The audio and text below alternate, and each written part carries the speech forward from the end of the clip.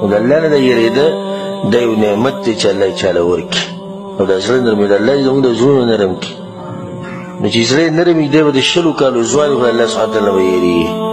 او دی به د 100 کالو ځوان وي مرګ سبا دی یا بل سبا دی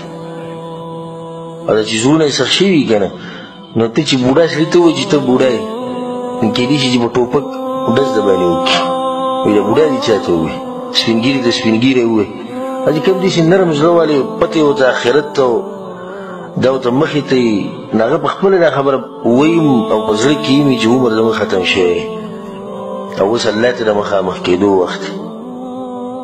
او دا چې کوم دي چې دنیا پرسي دی په دې خبره ډېر سخت خفه کېږي چې عمر ته چې عمر دې ډېر شو دا نه مني او حدیث کې هم د رضی رسول وسلم وایي چې انسان بوډا کېږي 2 شیونه پکې ځوانېږي انسان بوډا کېږي 2 شیونه پکې ځوانېږي د مال سره محبت او د ژوند سره محبت نو څومره چې د عمر ډېرېږي دومره به ستا پیسې ډېرې خوښېږي او زه اکثر د ملګرو ته هم زموږ ور د ماشومانانو ته چې بلکل وړوکی ماشوم وي نو هغه له چې ریال روپۍ ورکوي وشلی نه پوهېږي دا څه شی د سره ورسره لګي نه بیا چې لږ لوی شي دومره ورته پته وي چې په دې باندې ټاپي چینګم دا پرې کېږي نو بیا یې دومره ساتي چې دوکان ته یې ورسوي نور یې ورسره نه لګي بیا دې چې لږ لویږي ځوان شي نو بیا دې لپاره پیسې جمع کوي چې داسې ښه کپړې پې واغوندي موبایل والي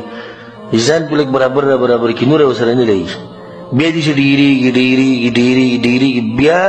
یو داسې عمر ته ورسي چې ریال او روپۍ د ځنه اخیسته لکه د جسم نه چې غوښه پرې کوي دومره پې سخت شي دغه شان د ژوند سره محبت ته ووایه اوس ځوان سړي ته ووایه که نه پلاني چې ته مه ځه په دې کې ستا مرګ دی د مړلی کېږه مرګ دی خو یو پرې خو باسي هم راځي که نه ځوان سړي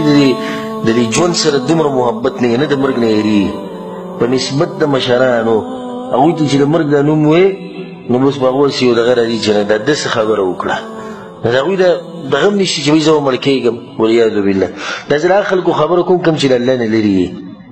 او کوم چې دینداره خلک دي نو هغوی چې د عمر څومره ډېرېږي نو کوشش او محنت د هغوی ډېرېږي او د حدیث هم دې دپاره راوړی ځکه چې موږ روان یو د چا طرف ته د الله طرف ته دا موږ سفر شروع کړی دی ګوره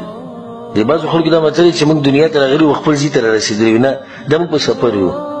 زموږ خپل ځای هغه په آخرت کې دی یا جنت الله دې موږ ټولو ته نصیب کړي او یا جهنم الله دې موږ ساتي دغه خپل ځایونه دي دغه خپل ځایونه دي